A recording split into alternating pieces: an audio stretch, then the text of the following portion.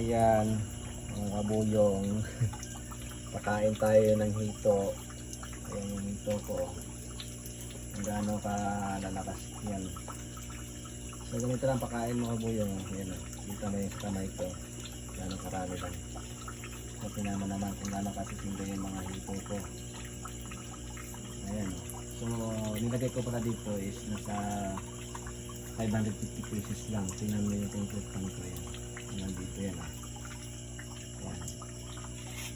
So ayan sila. Sisigla. Nakikita mo walang mahina sa kanila. So ayan. Tingnan mo. Ayan. Dami nila. 550 pesos.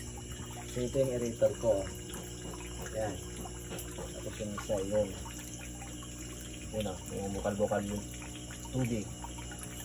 Saka meron akong patulo dito. Dagdag oxygen din yan galing sa gripo. So ayan sila. So mas active sila sa gabi. Mas marami sila pakainin sa gabi kaysa sa umaga. So mas maganda kung magpapakain kayo sa gabi. Dahil ang mga hito sa gabi is active. Lumulutang talaga sila. Kung napapansin mo yung tubig ko malinaw. So itong tubig na to nasa 3 weeks na siya pero hindi pa ako nagpapalit ng tubig. So kita mo naman kung gaano kalinis. Kita pa yung baba ng semento. Saka meron pala akong inilagay dyan. Ayan ang mga bato-bato. Kita mo yung mga itim yung bato. Yan. So yan kasi yung mga bato-bato na yan. Yan din yung nag-iipon ng good bacteria para sa kanila. Kailangan din yung mga bato-bato yan. Diyan kasi pumapasok yung lumulunggo yung mga good bacteria para sa ating mga alagang hito. Yung mga bato na yan. Yan. Tingnan nyo naman kung gaano kasisigla yung mga alaga natin. So ito lang ipapakain mo dyan. Yan, maliit lang. So yung lang irritor ko. Yan. Nilitan mo ito. Maliit lang. Pero yung supply niya, ayan o.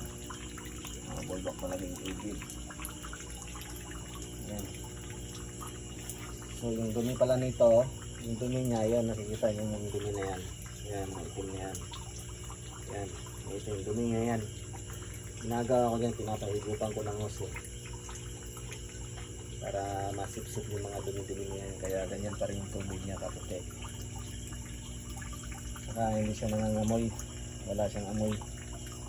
So, kita mo naman kung gaano ka sigla yung mga hito ko. So ito pala, pansamantala lang to dito. Ililipat ko kasi ito sa earth plant ko doon sa kabilang barangay. Meron kasi akong alaga doon na sa October ko na madidispose yun. So ito mga nandito, ililipat ko na yun sa sa kabila doon pag nabenta ko na yung 1,000 pieces doon sa kabila. So malaki na rin doon. Kasi hindi ako dito nagpapalaki ng hito. Gawa na bagal silang lumaki. At yung iba yung bumansot pa. So dito muna sila pansamantala. Yun o. So yun lang guys. At maraming salamat.